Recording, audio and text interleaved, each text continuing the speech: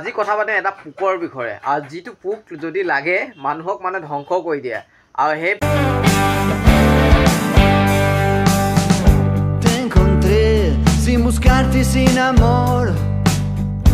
Vos tan cruda, yo al galope y sin razón.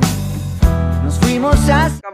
নমস্কাৰ মোৰ জ্যেষ্ঠকাল আজি এটা নতুন ব্লগলৈ আপোনালোক সকলোকে স্বাগতম জনাইছোঁ। আশা কৰিছোঁ আপোনালোক সকলোৱে ভালে কুশলে আছে আৰু ভগৱানৰ কৃপাত মই ভালে কুশলে আছোঁ। আজি ভিডিঅ' থাম্বনেইলটো চাই গম পালে চাগে আজি কিহৰ ওপৰত কথা পাতিম। এই বিষয়বস্তুখিনি যদি আলোচনা কৰোঁতে ক'ৰবাত কিবা এটা ভুল হয় গতিকে সকলোৱে যাতে ক্ষমা কৰি দিব। আৰু যিসকলৰ মহিলাসকলৰ বিষয়টো কৈছোঁ যাতে গাত পাতি নলয়, যিসকলে গাত পাতি ল'ব জানিবই কোন কি চৰিত্ৰ। গতিকে ভিডিঅ'টো আৰম্ভ কৰোঁ বলকচোন। আৰু ভিডিঅ' আৰম্ভ কৰাৰ আগতে প্ৰথম আমি ভিডিঅ'টো এটা চাই ল'ব লাগিব। এই ভিডিঅ'টো সম্পূৰ্ণকৈ চাই লওঁ। এজনী ছোৱালী দেখুৱাম, যিজনী ছোৱালী মানে একদম স্পষ্টকৈ নিজৰ অসমীয়া জাতিটো যিটো জাতিটো বোৱাৰী, যিখিনি অসমীয়া জীয়ৰী বোৱাৰীসকল আছে সেই সকলৰ বাবে এই মানে এটা প্ৰশ্ন উত্থাপন কৰিছে। গতিকে ইমান ধুনীয়া এটা প্ৰশ্ন ভিডিঅ'টো চাই মই মানে খুবেই আনন্দিত হ'লোঁ। গতিকে আমাৰ অসমীয়া যিটো সমাজৰ কাৰণে গতিকে ভিডিঅ'টো আপোনালোকে চাই লওক, তাৰপিছত আপোনালোকে গম পাব কি ক'বলৈ গৈ আছে। কেইটামান ডলাৰ পায় তাৰ বাবে আজিকালি অসমীয়া জীয়ৰী বোৱাৰীয়ে কেমেৰাটো অন কৰি কাপোৰ পিন্ধে। আগতে দৰ্জা বন্ধ কৰি ৰুমৰ ভিতৰত কাপোৰ সলাইছিল, ধুনীয়াকৈ সাজি কাচি ওলাই আহিছিল। আজিকালি কি কয়, হাই গাইজ, মই এতিয়া চাদৰ মেখেলাযোৰ পিন্ধিম, আপোনালোকে চাই থাকিব। আপোনালোকে দেখিবলৈ পাইছে এতিয়া যুৱতীৰ ওপৰত বিশেষকৈ প্ৰশ্ন উত্থাপন হৈছে।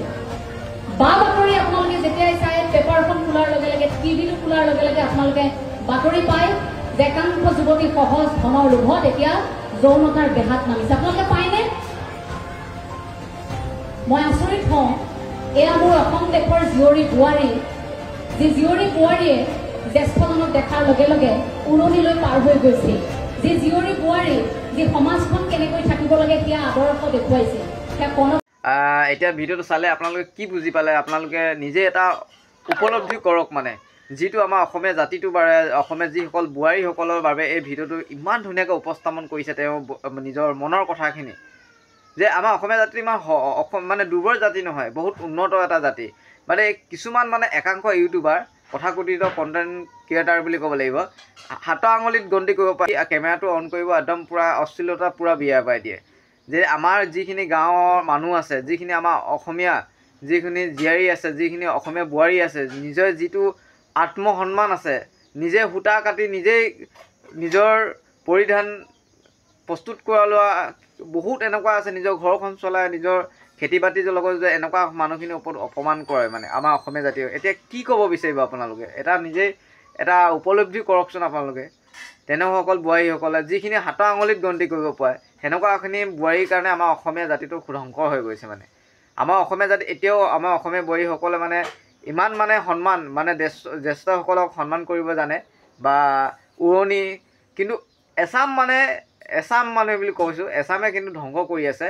গতিকে সেই চামক আমি ৰক্ষা কৰিবলৈ বা যিসকলে আমাৰ অসমীয়া বোৱাৰীসকল আছে আপোনালোকে কেনেকুৱা এটা পদক্ষেপ লোৱা উচিত।